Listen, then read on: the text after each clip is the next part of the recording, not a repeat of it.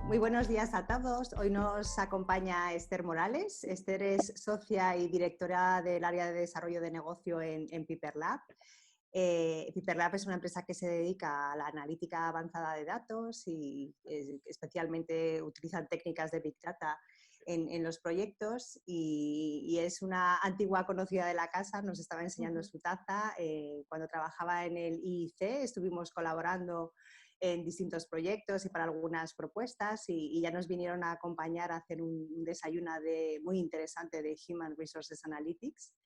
Y hoy viene a hablarnos de lo que le apasiona, el reto de haber hecho crecer a Piperlab desde en 5 años, ya son casi 40 personas. Y la verdad que vamos a disfrutar mucho del desayuno porque es una gran comunicadora. Nos tiene preparada alguna sorpresa que no voy a desvelar y nada, muchísimas gracias Esther por acompañarnos y muy bienvenida. Nada, gracias a vosotros por poder compartir con vosotros este viernes. Gracias, que una pena no poder estar ahí, no tomarme el café con vosotros, pero bueno, ya volveremos a las antiguas costumbres. Pues voy a compartir pantalla. Ah, vale, lo tengo inhabilitado.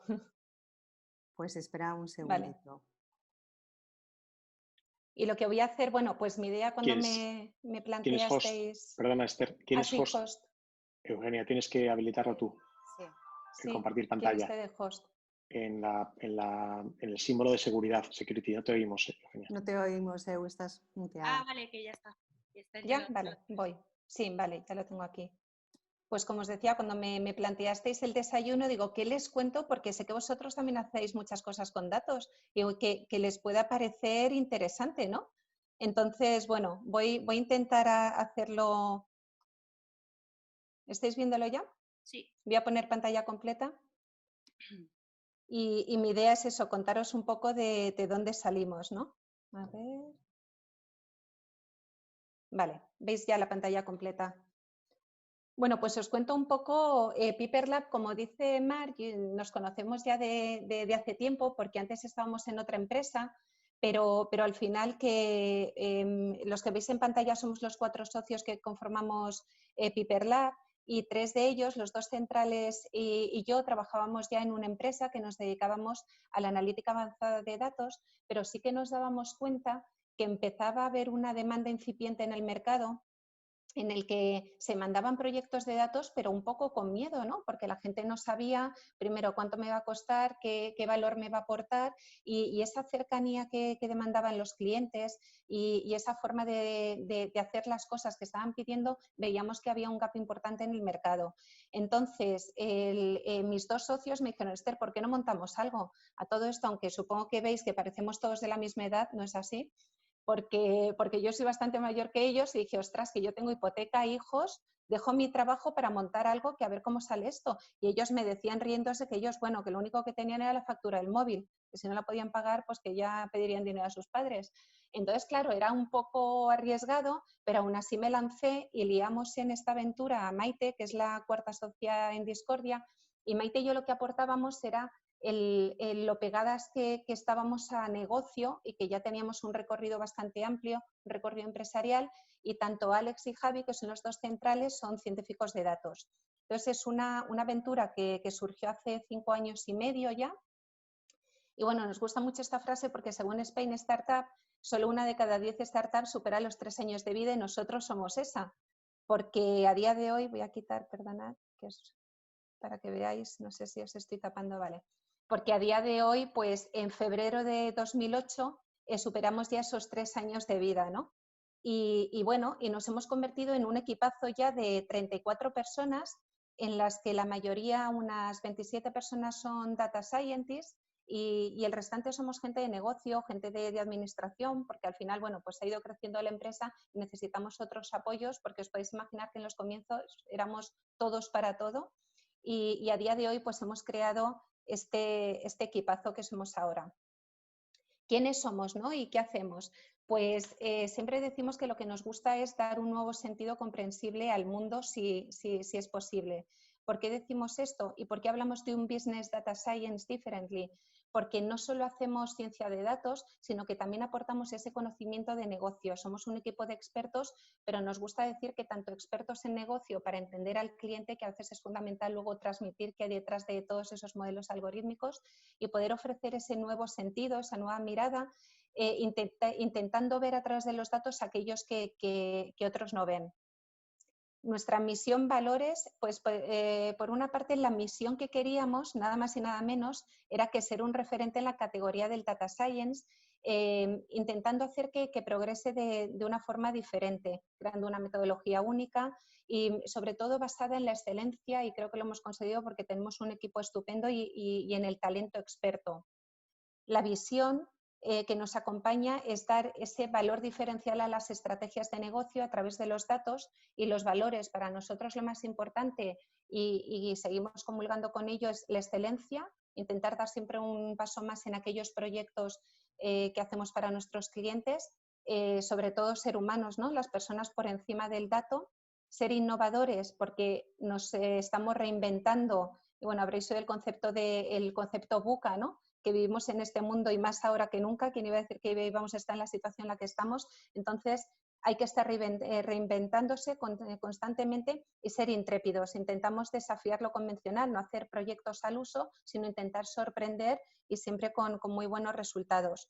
Entonces, durante estos 5 años hemos hecho un cambio de logo que nos ha costado horrores porque amábamos nuestro logo, ¿no? Era nuestra seña de identidad y volvimos loco a la agencia que le pedimos este cambio porque queríamos algo que nos representase pero que mejorase el que teníamos, y para nosotros era difícil. Al final, bueno, llegamos a desistir, a decir que nos quedamos con la antigua, pero a mí se me ocurrió decir, venga, una última oportunidad, intentad algo diferente. Y crearon este logo que nos gusta mucho porque sigue estando la P y la L encubiertas en el logo, pero sobre todo ese punto que veis en el centro es el punto del píxel, el dato, que es a lo que nos dedicamos, ¿no? En análisis de datos. Entonces, durante estos 5 años y medio, pues tenemos ahora un programa de radio. Hablamos todos los lunes en Capital Radio, en el espacio La Bolsa y la Vida.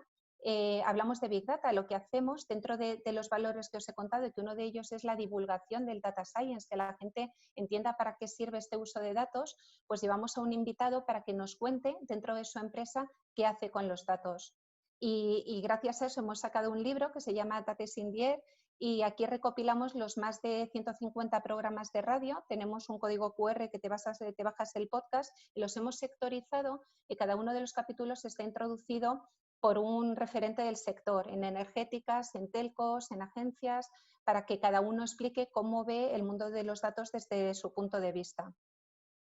Y aunque hemos hecho todo eso y hemos cambiado de logo y tenemos ahora un libro y tenemos un programa de radio y vamos cambiando los mensajes porque nos vamos transformando, algo que nos ha acompañado siempre es esta jirafa. Porque para nosotros es un icono, y cada vez que alguien está de viaje y ve algo de jirafa, lo trae a la empresa. Estamos rodeados de jirafas, hasta tal punto que hemos hecho los premios jirafa, que se los damos a clientes cuando vienen a hacer algo a Piper. Tenemos las medallas jirafa, hicimos unos Piper Games el verano pasado, entregamos medallas, incluso hasta nuestros hijos nos ayudan a colaborar con el mundo jirafa. Entonces, claro, la gente que nos conoce, pues la pregunta era, ¿y por qué la jirafa? ¿Por qué tanta jirafa? Y claro, nos estamos pensando qué contamos.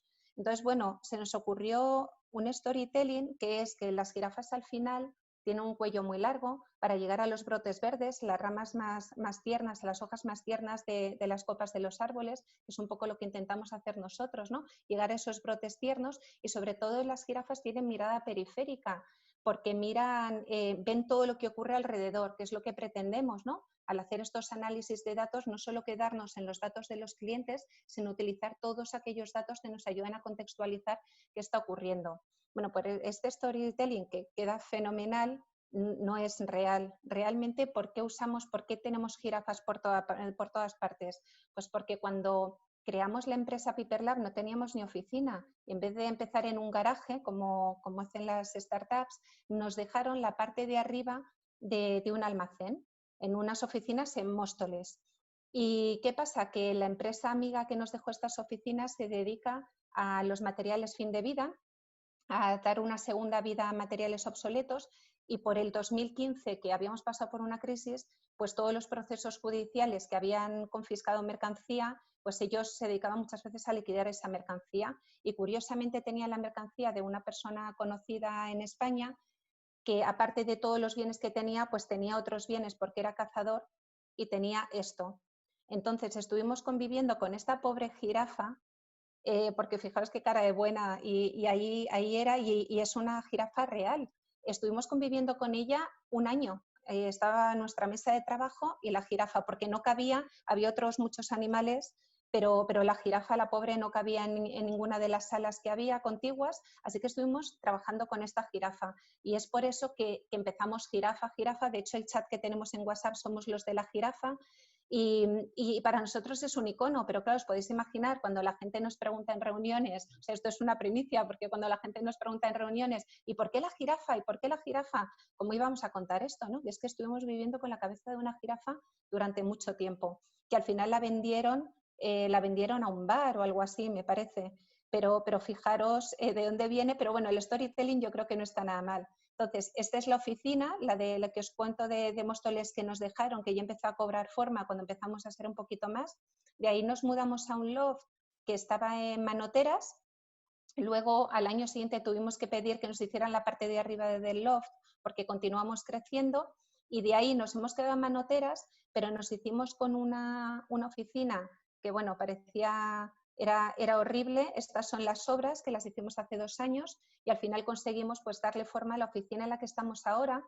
Esta es la imagen de la inauguración que hicimos. Hacemos una vez al año un Data for Breakfast, donde invitamos a los clientes a que nos cuenten, a que cuenten su experiencia en datos con nosotros.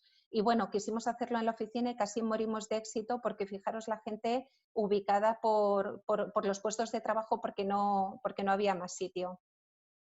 Y todo lo que os estoy contando y este crecimiento de 0 a 34 personas ha sido gracias a nuestros clientes, que en el 2015, los primeros que confiaron en nosotros, pues imaginaros, súper agradecidos. En el 2016 fuimos aumentando clientes, 2017, 2018, hasta llegar a los que somos ahora y esperemos que sigamos creciendo, porque la verdad si algo tenemos es que son clientes que luego se quedan. Si no es para hacer nuevos proyectos, es para mantener el que ya están haciendo, porque como siempre decimos, los datos son algo dinámico y los modelos que creamos se tienen que seguir reentrenando. Entonces, normalmente los modelos algorítmicos que hacemos siguen estando en los clientes. Pero ¿qué hacemos, no? Si estoy hablando de modelos algorítmicos, ¿qué es lo que hacemos realmente? Pues nos gusta decir que ayudamos a nuestros clientes a afrontar retos de negocio a través de los datos. ¿Por qué decimos esto? Porque ayudamos en todo el ciclo de vida. Esto sí que es parte de lo que os contaba dentro de los valores y de reinventarnos, aunque empezamos con un core muy específico que era hacer data science, coger los datos y extraer valor, nos dimos cuenta que la situación de las empresas españolas con respecto a los datos está un pasito más atrás. Entonces teníamos que empezar a cubrir pasos anteriores hasta poder llegar a ese análisis de datos. Entonces empezamos a cubrir pues todo lo que era la curación del dato, informar el dato, normalizar el dato para poder llegar a hacer ese tratamiento y análisis de datos y al final hacer los modelos algorítmicos que al final es a lo que nos dedicamos y es nuestro expertise. Pero como os digo, hay que cubrir otros pasos antes de llegar a todo esto. ¿Cómo lo hacemos? Pues para nosotros, fundamental, los datos internos de nuestros clientes, que depende del sector en el que estén, que como habéis visto además en el panel que os he enseñado de clientes, tenemos clientes de todo tipo. Pues hay algunos que aportan ventas, llamadas de teléfono, usuarios de CRM, transacciones, navegación online. Tenemos datos internos de todo tipo. Pero cuando os hablaba de esa mirada periférica que tienen las jirafas, me refería a estos datos externos, porque todos los datos externos que están, que el Open Data que habéis oído hablar de él y que cada vez va viendo más y que está a disposición de los que analizamos datos, como pueden ser informes públicos, Banco Mundial, datos de contaminación, de meteorología, datos socioeconómicos, todos datos externos nos ayudan a contextualizar los internos y entender qué está pasando en el negocio de nuestros clientes, porque muchas veces no sabes por qué hay picos, por qué hay valles, por qué se comportan de diferente forma y cuando los cruzas con datos externos puedes entenderlo. Y ya pasamos un poco a contaros y qué proyectos abordamos, ¿no? ¿Qué nos piden los clientes? Pues me gustaría primero deciros que todo este boom que hemos tenido en estos 5 años se debe a esto, a por qué todo el mundo quiere hacer proyectos de Big Data. Pues esto es muy parecido a lo que se dice del Big Data con el sexo en los adolescentes. Todo el mundo habla de ello, nadie sabe realmente cómo se hace, pero como todo el mundo piensa que el otro lo hace, también lo quieren hacer, ¿no? Entonces, claro, recibíamos muchas llamadas de quiero hacer Big Data, pero ¿qué quieres hacer exactamente? ¿Qué es Big Data para ti? Porque también os diré que no siempre es Big Data, no siempre son grandes datos. Muchas veces sí que las 5 Vs famosas del Big Data, ¿no? Sí que hay variedad de datos, sí que hay muchas, se generan con mucha velocidad, pero no siempre son big, no siempre hay esa cantidad. Entonces, muy importante para nosotros, y siempre se lo decimos a los clientes, es que piensen en un proyecto, en un reto que resuelva una inquietud. Es decir, no vayas a quiero hacer Big Data y quiero cubrir todo. Piensa realmente dónde te duele el zapato, dónde te aprieta el zapato, y a partir de ahí se puede generar un proyecto y ya se irá escalando. Es un poco nuestra idea. Entonces aquí es donde pasamos ya a lo que he llamado los juegos del hambre, porque realmente por 2 motivos, porque solo puede quedar uno, ¿no? Cuando un cliente nos llama, normalmente llama a otros muchos, por lo menos a 2 o 3 más, entonces tenemos que competir para que nuestra oferta sea la más atractiva. Entonces, siempre ponemos en valor, y al final luego las recomendaciones de otros clientes juegan un papel importante, pero ponemos en valor todo lo que os he contado anteriormente de esa cercanía que tenemos, acompañar al cliente, y que a día de hoy el tamaño que tiene PiperLab permite todavía hacer todo eso, ¿no? Entonces, solo puede quedar uno, pero luego también es verdad que lo planteamos todo como un juego, y ahora os explico por qué. Pues primero, el juego virus, que viene muy al caso con lo que estamos viviendo, y no sé si lo conocéis, pero es un juego muy divertido en el que tienes que ir matando virus, ¿no? Entonces, ¿en qué se parece a lo que hacemos nosotros? Pues en todo el preprocesado de limpieza de datos que tenemos que hacer al principio, porque es brutal. Bueno, estamos en un proyecto ahora concretamente que tenía que haber empezado en enero, les dijimos que por favor tuvieran cuidado de que los datos estuvieran bien, y cuando hemos empezado nos hemos dado cuenta, y seguramente han hecho un esfuerzo para estar como están, pero hay un periodo de preprocesado y limpieza de datos que se nos va gran parte del trabajo y del tiempo que estimamos para el proyecto. Y es quitar todos esos virus, ¿no? Todos esos datos que no están bien informados, que no están normalizados, que están repetidos y que son fundamentales, y sobre todo, bueno, lo hemos visto en las noticias, lo que ha ocurrido con los datos de salud, ¿no? Si los datos no son buenos, los resultados no van a ser nunca buenos. Entonces, muy importante hacer esta primera fase de preprocesado y limpieza para que los resultados sean óptimos. Y luego ya pasamos pues a clientes, por ejemplo, que nos dicen, quiero saber cuál es la pieza que se va a estropear de mi caldera, ¿no? Y esto es un poco como el Cluedo, ¿no? Quiero saber quién es el asesino, pues qué pieza ha provocado la avería de mi caldera. Entonces, bueno, esto lo hicimos para una empresa de calderas que se llama Baxi, y lo que les ocurría, Baxi es una compañía internacional que es líder en sistemas de climatización, y dentro de los servicios pues ofrece el mantenimiento de calderas. ¿Qué ocurría? Que los técnicos, os podéis imaginar, cuando se producen la mayor parte de las averías, cuando encendemos todos la caldera, que es en los meses fríos, octubre, noviembre, cuando empiezan los meses fríos. Y entonces, claro, tenían a sus técnicos, al servicio técnico, más o menos de brazos cruzados durante meses anteriores, y sin embargo, a partir de los meses más fríos, tenían que incluso subcontratar a otros, a externos, para poder cubrir todas las averías. Entonces dijeron, ¿de qué manera podemos allanar esos picos y valles? Entonces, como siempre, datos internos de la empresa. ¿Dónde están la antigüedad de las calderas, las llamadas al servicio técnico que ha habido, de qué se ha estropeado, cuánto tiempo lleva esa caldera, pero sobre todo datos externos? Imaginaros lo importante que es la latitud y la altitud donde se encuentra ubicada una caldera. No es lo mismo una caldera en Asturias que una caldera en Madrid. Entonces, todos esos datos te ayudan a entender y a contextualizar por qué una caldera se estropea en Asturias de ciertas piezas o se estropea en Madrid de otras. Y eso lo que hizo fue ayudarles a allanar esos picos y valles, que hicieran llamadas a sus clientes diciendo, oye, ¿te importa que vaya ahora en este mes a hacerte una revisión de la caldera? Porque probablemente te dé problemas en los meses venideros. Y bueno, les supuso la verdad unos resultados importantes, y lo más importante, que encima éramos capaces de decirles qué pieza era la más probable que se iba a estropear, de tal manera que evitabas esas dobles visitas, porque cuántas veces ha pasado que cuando no se te estropea por algo típico, la pieza no la tienen, se tiene que volver a ir el técnico y tiene que volver. Entonces aquí hay doble fastidio, por una parte la doble visita que tiene que hacer el técnico y tiene doble coste, y por otra parte nosotros como usuarios, pues que no te dejan la caldera arreglada cuando realmente la necesitas.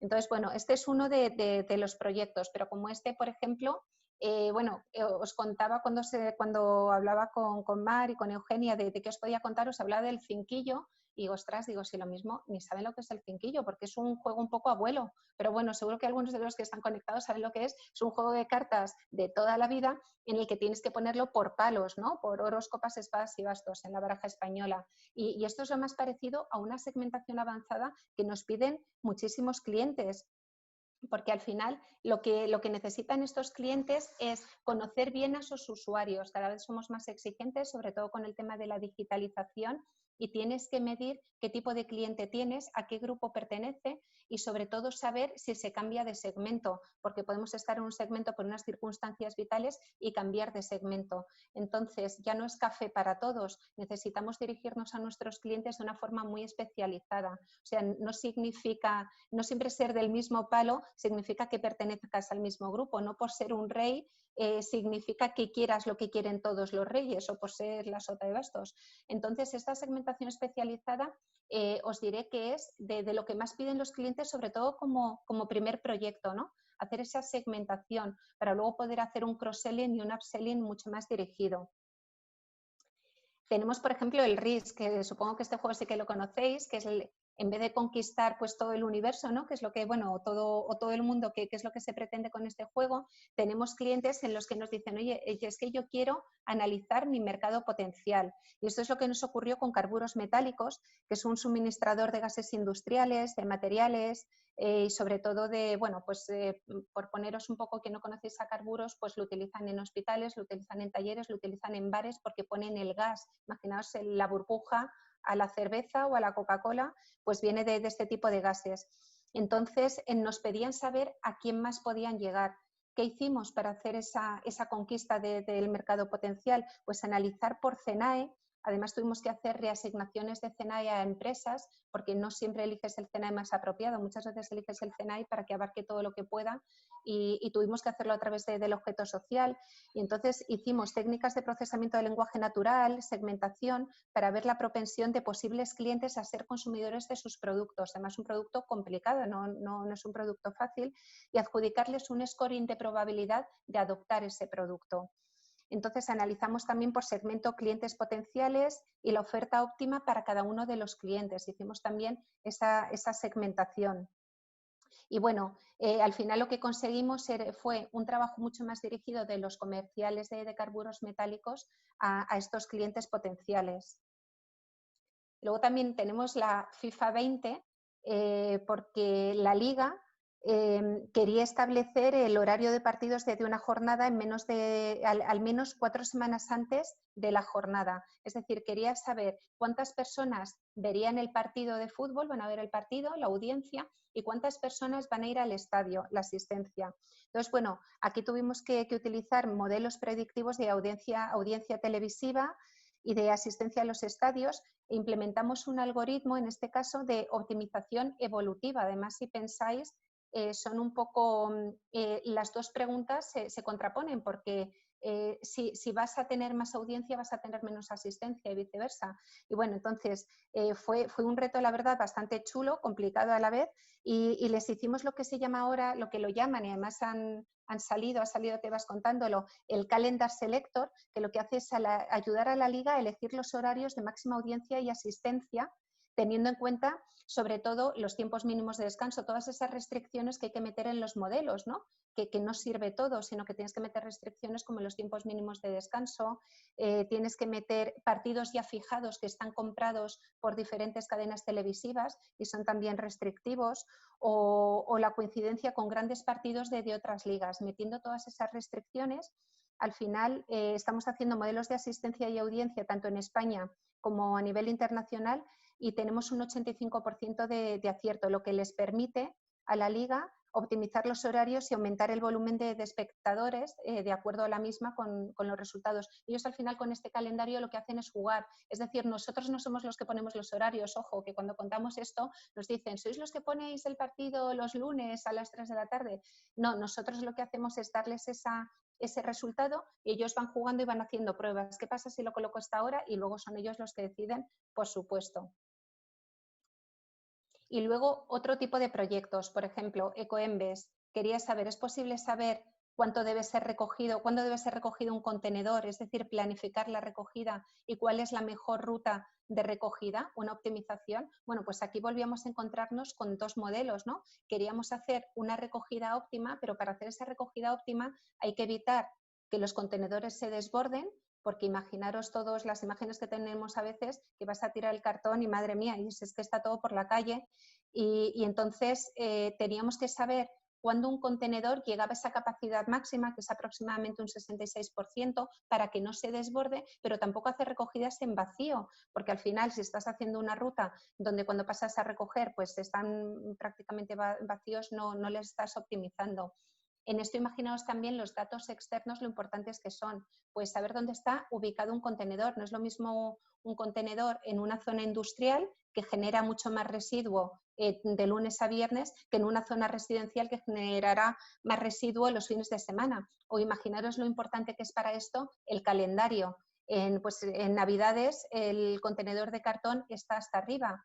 Entonces, todo eso hay que tenerlo en cuenta para poder saber cuál es la ruta óptima para que no se nos desborden estos contenedores. Y por poneros otro ejemplo, con Seur ganamos un premio a la excelencia logística porque ellos nos dijeron, es posible saber cuántos paquetes tengo que enviar, cuántos paquetes tengo que recibir para optimizar no solo los camiones, que en el sector logístico están subcontratados, tú contratas autónomos para que te hagan esos repartos, sino también cuánta gente tengo que tener operarios de almacén y cuánta gente en el call center. Entonces, bueno, con esto fue de los primeros proyectos que tuvimos y que confiaron en nosotros cuando creamos Piper Lab en el 2015. Y empezamos con 2 ciudades, empezamos con Córdoba y Sevilla, fuimos ampliando Andalucía y ahora, bueno, pues le hacemos la planificación de demanda para toda España y Portugal y Andorra. Y bueno, por ejemplo, Signus, y es el último caso que os cuento, en el que Signus es la empresa, lo que es Ecoembes para envases de cartón y de plástico, es para las ruedas. Todos los que tenemos turismos pagamos un impuesto cuando compramos ruedas, cuando hacemos el cambio de ruedas, que va destinado a este reciclaje que se hace para evitar lo que ocurrió, os acordaréis en Seseña, en el cementerio ese de ruedas, que hubo un incendio horrible. Entonces se produce este reciclaje controlado. ¿Qué ocurre? Que nos dijeron, ¿podéis saber cuántas de las transacciones que realizo son anómalas? Que lo decían así muy educadamente, transacciones anómalas, pero realmente nos estaban diciendo, ¿podéis detectar fraude? Porque ¿qué ocurría? Como en España somos un poco así, ¿no? Pues quien hace la ley hace la trampa y decía que me vas a pagar por el peso de las ruedas que recoja, pues espérate que te voy a meter ruedas de todo tipo. Entonces al final, a través del análisis de datos, fuimos capaces de determinar pues eso, viendo un poco, pintando los datos en este caso, con una analítica más descriptiva que predictiva, viendo dónde había picos anómalos, picos o valles anómalos que no se correspondían con el negocio de las empresas que estaban recogiendo. Y bueno, y a partir de ahí corrigieron la curva porque en cuanto que supieron que estaban haciendo este tipo de análisis y dieron un toque a unos cuantos, pudieron corregir esa curva para que no se produjese este fraude. Y a raíz de esto les estamos haciendo, igual que para Ecoembes, la optimización de rutas de recogida. Entonces, dicho esto y explicándoos la importancia que tienen los datos externos, imaginaros vosotros, por ejemplo, que yo quiero saber qué factores hacen que yo vaya o no a sacar dinero de un cajero automático. Además, fijaros qué pregunta más tonta, pero para los bancos es fundamental, porque si tú no tienes el dinero suficiente, la gente va a sacar dinero y no hay dinero, tienes que hacer una llamada a un furgón de estos urgentes blindados para que te traiga dinero, que tiene un coste bastante importante. Pero por lo contrario, si tienes dinero de más, es dinero que no estás moviendo financieramente. Entonces, tener el dinero ajustado a la demanda que va a haber es muy importante. Entonces, ¿qué pensáis? ¿Qué dato externo, aparte de todos los datos que por supuesto las sucursales nos proveen para saber qué movimiento tienen, qué datos externos creéis que pueden favorecer a que vayas más al cajero o no. O sea, ¿qué datos pensáis que pueden contextualizar qué ocurre con estos movimientos? Pues aquí en este crucigrama que tenéis hay cuatro factores encubiertos que son fundamentales para tener en cuenta en un modelo algorítmico de este tipo para poder saber cuánto dinero va a haber en los cajeros. Y no sé si alguien está contestando o ha visto algo. Fijaros que hice yo el crucigrama y ahora me cuesta ver dónde escondí las palabras, pero bueno. Yo solo veo una. A ver, ¿cuál es? Meteorología. Muy bien, esa es una. Ubicación. Ubicación, sí. ¿Sí? ¿Alguna más? Eventos. Vale, pues queda una. Oye, muy bien, ¿eh? ¿Alguien ve la cuarta? A ver si la puse, sí, yo creo que sí que está. Bueno, os lo desvelo un poco, pero vamos, fenomenal. Pues sí, efectivamente, la meteorología, los eventos, el calendario y la ubicación, o sea, un cajero, imaginaros que está cerca del Bernabéu, pues cuando hay partido lo tienes que tener previsto y metido en tu modelo, o sea, tienes que meter en tu modelo el partido, el calendario de partidos o de eventos, conciertos u otras cosas que vaya a haber cerca de donde esté tu cajero ubicado, porque se sale de lo normal, no tiene un comportamiento normal esos días. O el calendario, imaginaros una víspera de festivo, víspera de Semana Santa, vas más al cajero a sacar dinero. O lo que os decía, la meteorología, seguramente que cuando llueve, salvo que sea por fuerza mayor, que tienes que ir al cajero, no vas. Entonces, son factores, unos de tantos, que tienes que tener en cuenta en tus modelos para que funcionen bien. Y bueno, dicho esto, con esto acabo de deciros que nos gusta mucho esta frase, ¿no? Sin datos tan solo eres una persona con una opinión. Y aunque con los datos sí que desvelamos muchas veces cosas que ya sabe el propio cliente por su experiencia de negocio, por supuesto, y sabe lo que va a ocurrir muchas veces, pero al final los datos te ayudan a objetivizar lo que tú ya sabías y muchas veces a objetivizar lo que no sabías. Pues eso es todo. Dejo de compartir. Espero que os haya gustado. ¿Tenéis preguntas? Seguro que sí. Yo tengo una pregunta, Esther. Cuando abordáis proyectos, por ejemplo, con una empresa de un sector al que pues, no habéis a lo mejor tenido la oportunidad de hacer un proyecto, ¿configuráis equipos mixtos con el cliente con el objetivo de aprender más de su negocio y poder desarrollar luego esos modelos más acorde a su conocimiento o cómo lo soléis a Siempre. Mira, el otro día, curiosamente, nos contactó una empresa que nunca habíamos tratado de este sector. Además, es muy curioso, ¿no? Porque vende pescado congelado. Entonces, ahí tenemos que ver si el gambón argentino ahora se compra más o menos. Son cosas que no hemos tratado nunca. Para nosotros, al final, son datos. Al final, estamos haciendo tratamiento de datos. Nos da igual hacer una segmentación, un cross-selling y un upselling en este tipo de mercados como hacerlo en venta de gases. Pero sí que es verdad que al final, cuando ves el comportamiento de los datos, necesitas de ese conocimiento experto del negocio para entender si realmente lo estás haciendo bien o mal. Entonces, para nosotros los equipos mixtos es fundamental. Primero, para que el cliente sienta esa cercanía y entienda un poco lo que estamos haciendo. Es decir, no cogemos tus datos, desaparecemos y aparecemos dentro de un mes con resultados. Queremos irte enseñando lo que va ocurriendo y que tú nos vayas dando feedback. Entonces, por supuesto, siempre con el cliente. Hacemos equipos mixtos. Chicos, ¿alguna otra pregunta? Salva, dale. Bueno, lo primero, gracias por el desayuno. Yo te quería preguntar qué áreas de las compañías que os contratan es con la que tenéis interlocución. ¿Es el departamento de operaciones? Es decir, ¿cómo os dais a conocer y con qué interlocutores trabajáis? Pues el interlocutor depende. Por ejemplo, en el caso de seguro es operaciones, porque al final es logística, pero normalmente es negocio. El que primero contacta con nosotros es negocio. Hay mucho marketing también y luego sí que nos hemos dado cuenta que proyectos más grandes tiene una clara dirección del CEO. Es el CEO el que dice, quiero hacer este tipo de cosas en mi empresa, pero fundamentalmente es negocio, quien contacta con nosotros y luego ya se involucran diferentes departamentos.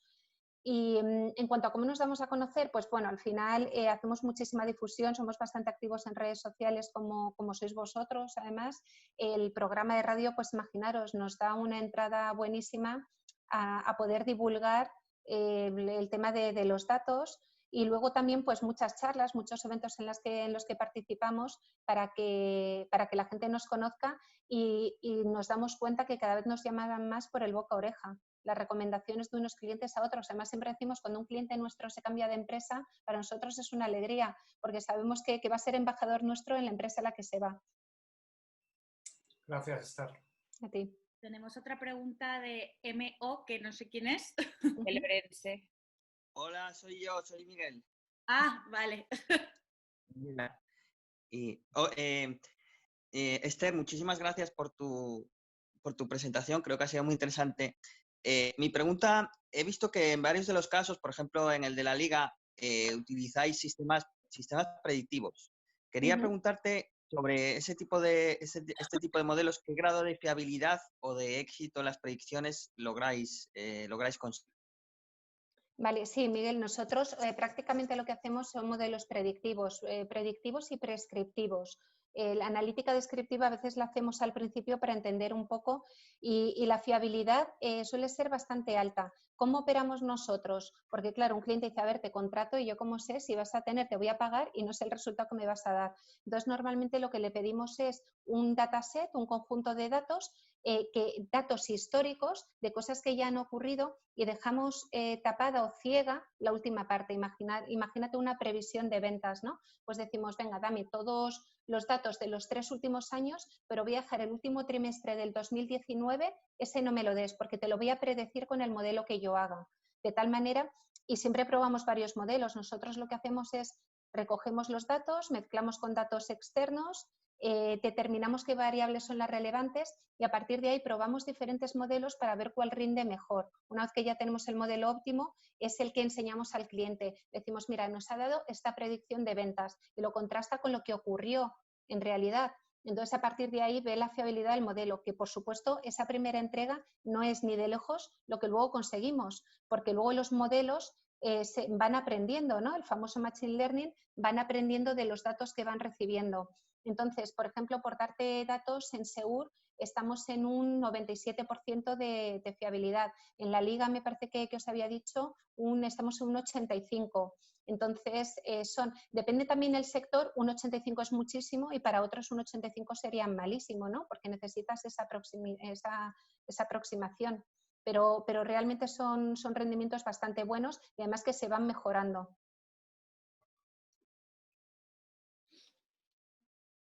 Gracias, Esther. A ti. ¿Tenéis alguna otra pregunta, chicos? Buenas, yo tenía una pregunta. Hola, Esther. Nada, me ha encantado la presentación. Tenía 2 preguntas, a ver si te las puedo hacer ambas. Bueno, la primera de ellas era saber, en proyectos esos que nunca habéis trabajado, en un proyecto nuevo que nunca antes habéis tratado, ¿cómo estimáis el tiempo para finalizar ese proyecto? No sé si internamente habéis hecho un pequeño modelo con vuestros diferentes trabajos y más o menos sabéis o podéis calcular el tiempo medio de finalización de un proyecto, teniendo en cuenta que va a ser un proyecto totalmente nuevo y que antes no lo habéis hecho. Eso por un lado. Y por otro lado, hoy en día, con todo el tema del COVID, de la pandemia, ya sabes que hay muchísimos modelos que han creado para un poco predecir el futuro de la pandemia y hay muchos modelos que no están siendo efectivos. ¿Qué dirías a toda esa gente que sigue pensando que hoy en día los modelos no son efectivos y, bueno, tienen el caso hoy en día con el tema de la pandemia? Sobre todo porque en muchos medios de noticias están, bueno, pues comentando que realmente los modelos no son efectivos.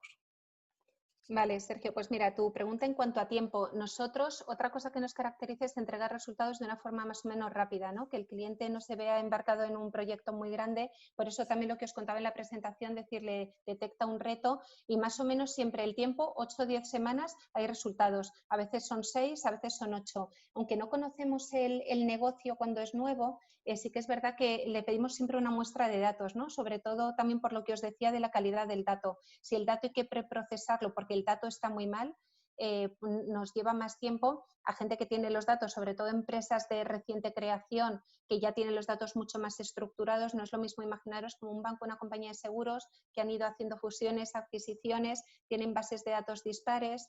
Entonces, depende mucho de eso y les interesa hacer una pequeña encuesta. No tenemos modelo predictivo para eso en Casa Herrero Cuchillo de Palo, pero sí que más o menos hacemos con los datos que nos pasa una muestra de datos, vemos un poco cómo están estructurados, la calidad de esos datos y estimamos, pero siempre más o menos entre unas 8 o 10 semanas, a veces son 6, depende un poco del proyecto, la dimensión que tenga, pero más o menos los tiempos sí que los tenemos controlados. Sí que es verdad que a veces se nos van, por lo que os decía, porque te dicen que sí que tienen los datos y te dan una muestra y luego resulta que están fatal.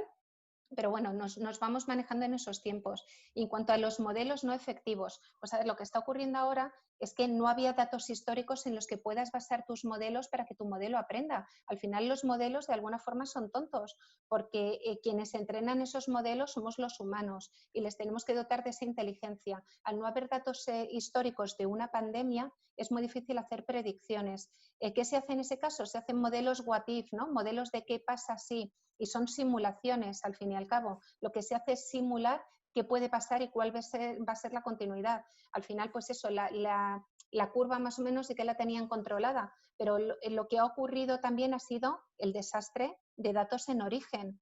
El desastre porque algunos los daban acumulados en una semana, otros los daban diarios, otros metían a los fallecidos y otros no los metían.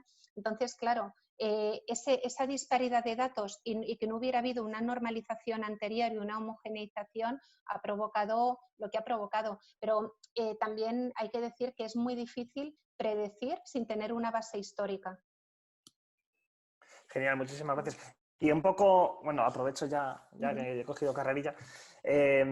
O sea, un poco hablando en voz alta, ¿vale?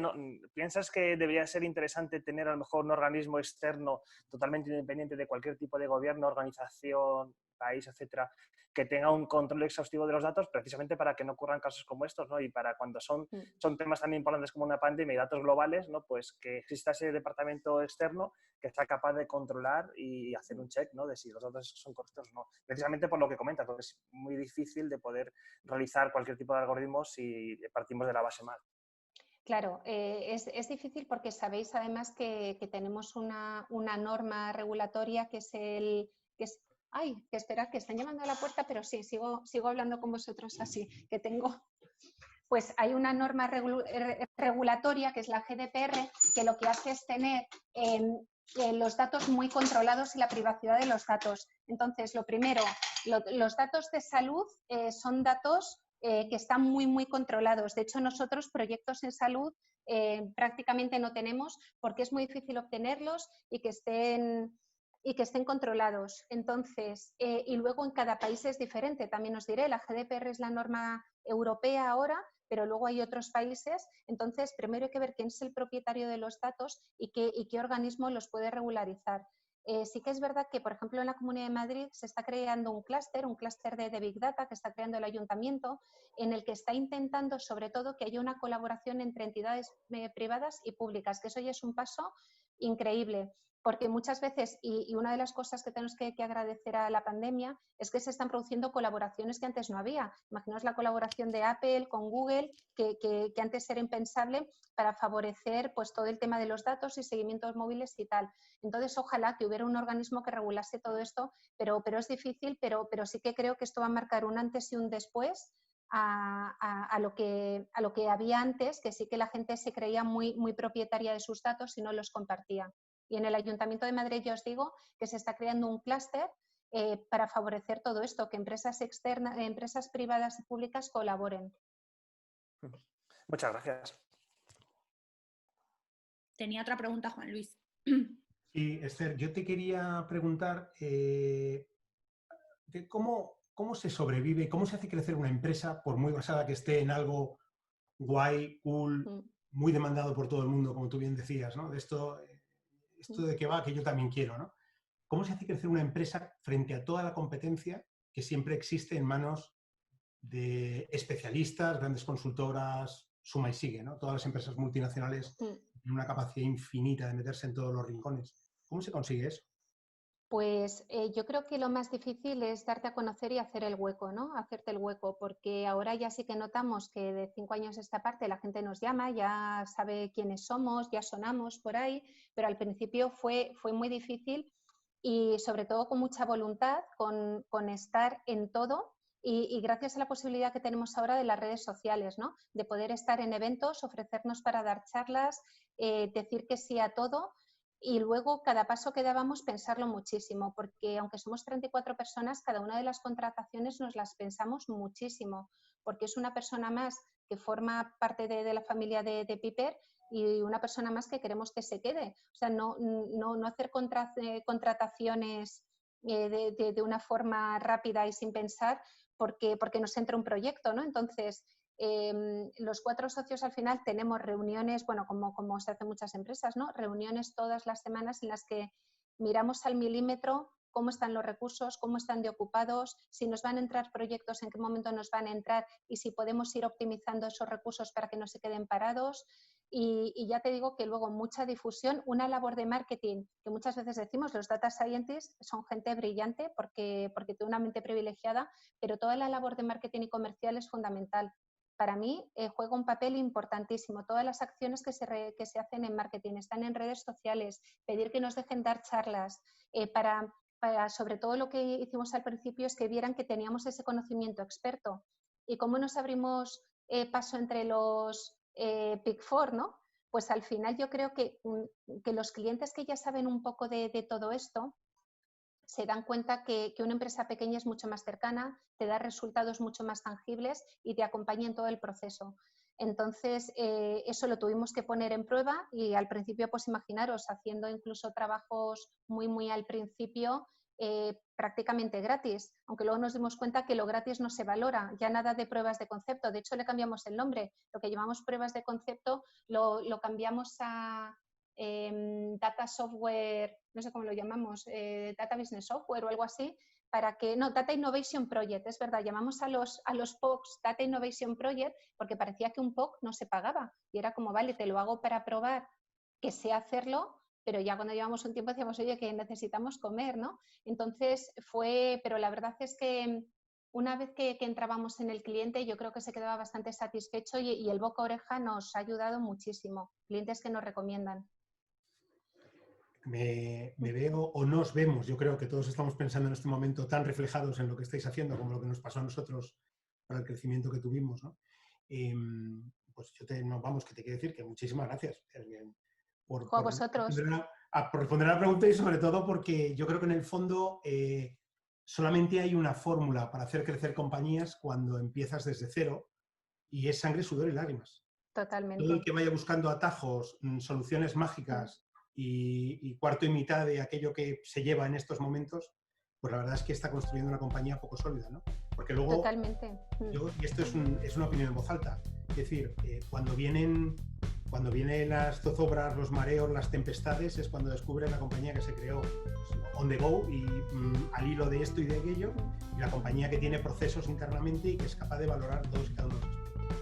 Totalmente. Además, yo creo que la combinación de los socios, que es parte científica y parte de negocio, yo creo que fue fundamental y sobre todo somos socios, os diré, muy modestos. O sea, no somos socios de una compañía, pues venga, vamos a ponernos sueldazos, para nada. Somos súper modestos, cada paso que damos lo pensamos mucho.